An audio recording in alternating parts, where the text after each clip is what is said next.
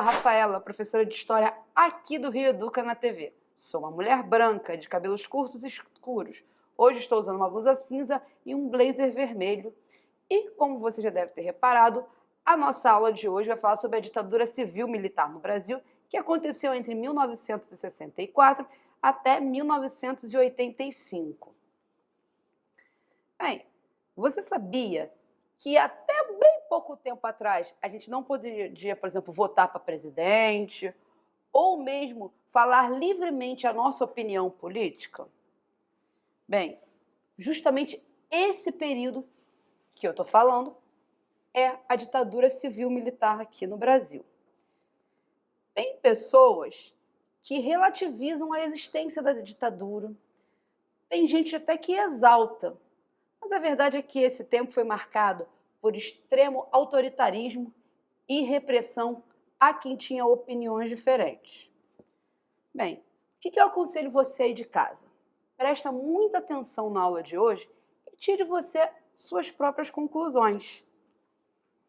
Mas para a gente entender como se deu o golpe de 1964, antes a gente tem que aprender todo o caminho que levou até esse fatídico evento. Bem, lá em 1961, o Jânio Quadros ele ganha as eleições e assume o poder, mas ele vai ficar menos de um ano nesse poder. Vai lembrar que ele era da UDN. Mas vamos olhar uma fotinho aí do Jânio Quadros? Com a promessa de moralização das instituições políticas e o combate à corrupção, mas o governo do Jânio Quadros foi marcado pelo conservadorismo, por uma política externa que reatou as relações com países socialistas, como a União Soviética, chegando a dar a maior honraria nacional, a Ordem do Cruzeiro do Sul, para Che Guevara, como você vê aí na foto. Sem sucesso em controlar a crise econômica que estava acontecendo e desagradando a maior parcela da sociedade que o pôs no poder, Jânio Quadros era altamente criticado. E, inesperadamente, ele apresenta uma carta de renúncia, afirmando que forças terríveis estavam pressionando. Mas, na verdade, o Jânio Quadros queria era que a população pedisse para que ele voltasse para o governo. E isso não aconteceu. Então, quem vai assumir o governo do Brasil em 61 vai ser o seu vice, o João Goulart. João Goulart, às vezes, nem é um nome muito legal de falar. Então, aqui a gente vai chamá-lo de Jango. Então, tem uma coisa que eu tenho que falar sobre o Jango que é bastante especial. O Jango não era da UDN, era do PTB. Ele foi ministro do segundo governo do Vargas. Então, ele está ligado a uma ideia do nacionalismo varguista, da ideia do trabalhismo, e não a ideia de comunismo. O PTB não era um partido comunista. Existiam partidos comunistas no Brasil, o PTB definitivamente não era. Por que a gente tem que ressaltar essa informação? Porque ela é fundamental para a gente entender o desenrolar que vai dar no golpe. Bem, mas em 1961, Jango estava na China, na verdade, numa missão diplomática. Então, quando Jânio renuncia, Jango está na China. E aí, setores aqui do Brasil tentaram impedir que Jango tomasse o poder. Mas você tem uma campanha pela legalidade e o Jango assume o poder. Só que num regime parlamentarista, que significa que ele teria menos poderes. Ele não era um regime presidencialista, ele não teria todos os poderes que um presidente tem. Mas Jango resolve assumir mesmo assim.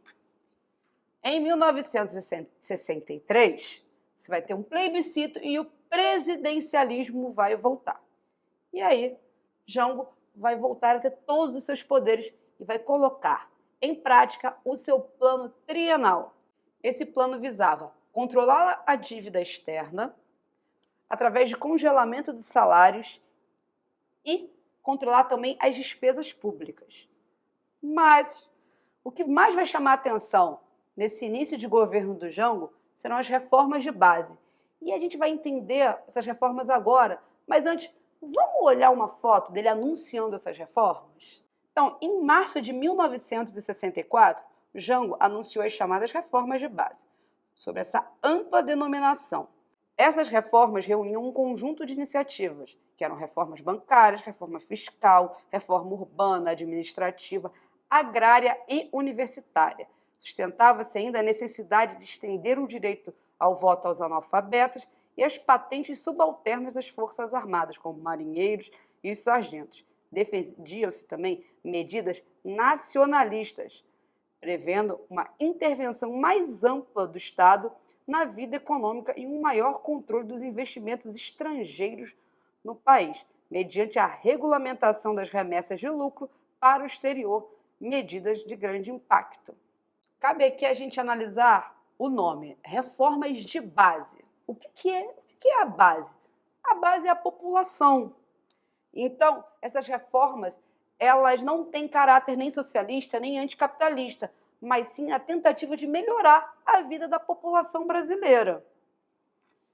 Mas essas reformas, elas, vão incomodar muitos setores da sociedade. Então, elas vão gerar, na verdade, uma resposta. E essa resposta vai se dar através de uma marcha, que é a Marcha da Família com Deus e pela Liberdade. Cabe eu falar uma coisinha aqui. Esses setores conservadores sempre usam a palavra liberdade, sendo que são setores que menos pregam liberdade. Mas vamos olhar aí uma foto da marcha para a gente começar a entender o que foi isso? Então, essa marcha, como eu falei, foi uma resposta ao comício que aconteceu lá na Central do Brasil, que foi a foto anterior que vocês viram. Essa marcha, ela foi incentivada e financiada pelo empresariado que articulava justamente a realização e uma resposta a Jango. Esse movimento vai surgir em março de 1964, constituiu uma série de manifestações organizadas principalmente por setores da igreja, pela tradição, família e propriedade, em resposta ao comício da Central do Brasil e com finalidade de sensibilizar a opinião pública contra as medidas que vinham sendo adotadas pelo governo. Congregou-se um segmento da classe média que estava com muito medo do perigo comunista.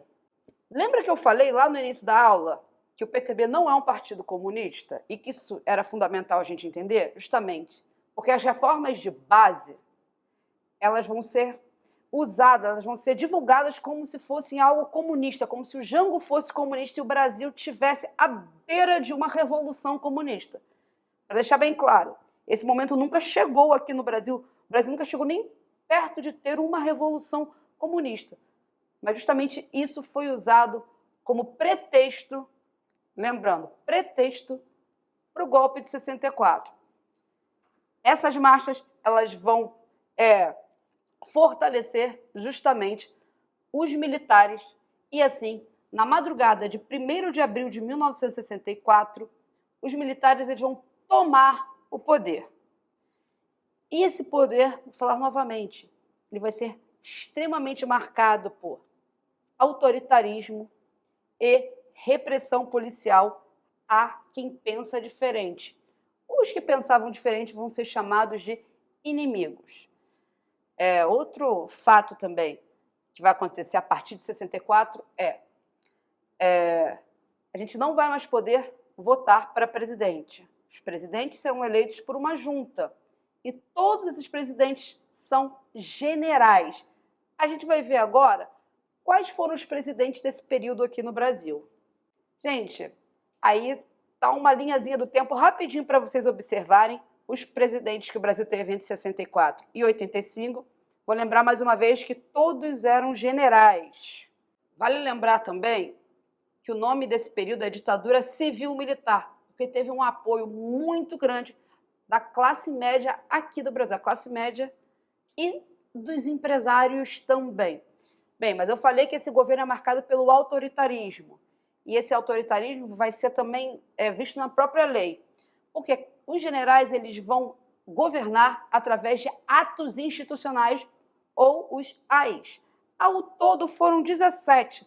Mas não tem como a gente estudar 17 aqui. Então a gente vai pegar só alguns que foram muito importantes, como, por exemplo, o AI-2. O AI-2 ele vai acabar com todos os partidos políticos aqui do Brasil e vão restar somente 2. Vão ser a Arena e o MDB. A Arena é o partido da situação, ou seja, era o partido da ditadura. E o MDB era a oposição consentida. Vou falar mais uma vez para ficar bem claro. Oposição consentida. Por quê? Uma das questões que as pessoas relativizam à ideia de uma ditadura é que dizia que tinha uma oposição, um partido de oposição. Mas esse partido de oposição era extremamente limitado. Ele não impedia, por exemplo, que as pessoas fossem exiladas ou torturadas. Nada disso. Outro AI também bastante importante foi o AI-5, inclusive considerado o mais duro de todos os atos institucionais. O AI-5, ele dava plenos poderes ao presidente. Ele poderia fechar assembleias, caçar mandados políticos. A partir desse momento, que aconteceu em 1968, a ditadura piorou bastante. Mas, sempre que há ação, também há reação. E a resistência aqui no Brasil já estava começando a ser montada, principalmente através de movimentos sociais, também movimentos trabalhadores e estudantes, até setores mais progressistas da Igreja Católica. Vamos ver rapidinho como essa resistência se deu? Gente, como eu falei, 68 teve o AI-5, mas 68 também é marcado como um ano com diversas manifestações populares, como a greve de Contagem e de Osasco. Ou manifestações estudantis também ocorreram naquele ano, mas nenhuma teve tanta repercussão quanto o protesto devido ao atraso das obras no restaurante universitário Calabouço. Durante a manifestação, a polícia chegou de uma forma truculenta e acabou matando a queima-roupa o estudante Edson Luiz de Lima Souto. Sua morte causou uma comoção nacional que seguiu-se por dias de protesto em diversas cidades do país. Bem, esses protestos vão gerar o que a gente vai chamar da passeata de 100 mil, onde, após o enterro desse estudante, várias pessoas se concentraram na Avenida Rio Branco, aqui no centro do Rio de Janeiro, e dali saíram em marcha até a Candelária. Além dos estudantes, setores da igreja, os operários, muitos artistas também se colocaram contra a ditadura militar. E, devido a esse seu posicionamento, acabaram sendo exilados, ou seja, obrigados a saírem do Brasil. Muitos também foram torturados. Falando em tortura, essa não era uma prática isolada na ditadura. Ao contrário, ela era bastante comum. Teve até um caso bastante polêmico do jornalista Vladimir Herzog. Vamos olhar uma imagenzinha de uma instalação artística que faz a gente pensar um pouco no que foi essa tortura? Bem, como eu falei, o caso mais marcante de tortura durante a ditadura foi o assassinato do jornalista Vladimir Herzog em 1975. Ele era um diretor do jornalismo da TV Cultura e foi colocado para prestar um depoimento na sede do DOI-CODE, que era justamente o lugar onde as pessoas iam para dar depoimento, e o Vladimir Herzog, dessa vez, ele não saiu com vida. Ele foi submetido à tortura várias vezes, não resistiu e morreu. E para ocultar a verdade dessa morte, seu corpo foi pendurado em uma gravata na janela de sua cela. Bem, o objetivo era mostrar que a causa da morte foi um suicídio e não a morte devido ao excesso de tortura que ele recebeu. O que vale a pena a gente ressaltar que essa tortura ela era apoiada e feita pelo Estado. E eles se apoiavam numa lei, ou seja, ela tinha uma legalidade, que era a Lei de Segurança Nacional. A Lei de Segurança Nacional, ela dizia o seguinte, que quem fosse uma oposição ao Estado, e a oposição aqui, nesse período, é só quem pensa diferente, ele podia ser eliminado, era um inimigo. E com o inimigo, a gente elimina. Então, uma coisa para você pensar muito sério. Por que eu discordo de uma posição do governo, eu mereço ser eliminada? Bem, segundo a Lei de Segurança Nacional, que dita quem são os inimigos, sim. A censura também era amplamente usada. Muitos jornais, antes de saírem, por exemplo, passavam por um censor, uma pessoa que dizia o que podia e o que não podia sair. Então, ninguém podia. Além de você não conseguir falar sobre o que pensa, qualquer tipo de notícia que falasse mal do Brasil também não saiu nos jornais. Pensando na parte econômica, onde muita gente diz que na ditadura aconteciam coisas maravilhosas, não foi bem assim. A base da economia, né, o maior plano que a ditadura pôs em prática foi chamado de Milagre Brasileiro, em que consistia em pegar um grande número de empréstimos estrangeiros para tentar financiar a indústria aqui do Brasil. Foi uma época de grandes obras, por exemplo, a Ponte Rio-Niterói foi construída nesse momento. A economia até foi bem por um momento, mas era algo artificial. Como assim? Porque em 1973 teve uma grande crise do petróleo mundial. Então, o Brasil não conseguia mais pegar tantos empréstimos. E aí, a sua dívida externa praticamente explodiu e com ela também a inflação. A gente vai ver aí 2 gráficos para começar a entender mais ou menos o que foi os efeitos do milagre econômico. Bem, gente, diante dessa crise, o governo procurou aumentar as exportações e desvalorizar a moeda brasileira. A consequência disso foi que no início da década de 80, a inflação disparou e os recursos provenientes da exportação passaram a ser utilizados, em sua maior parte, para pagar parcelas e os juros da dívida externa.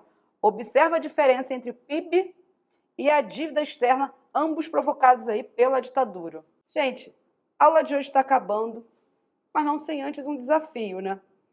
E eu vou colocar o desafio na tela para vocês. Nos anos 2000, houve uma tentativa de investigar as violações dos direitos humanos que aconteceram durante o período de 1946 até 1988. Essa foi a Comissão da Verdade. Então, estou desafiando você em casa a pesquisar o que foi essa Comissão da Verdade. Eu vou ficando por aqui. Até a próxima e tchau, tchau.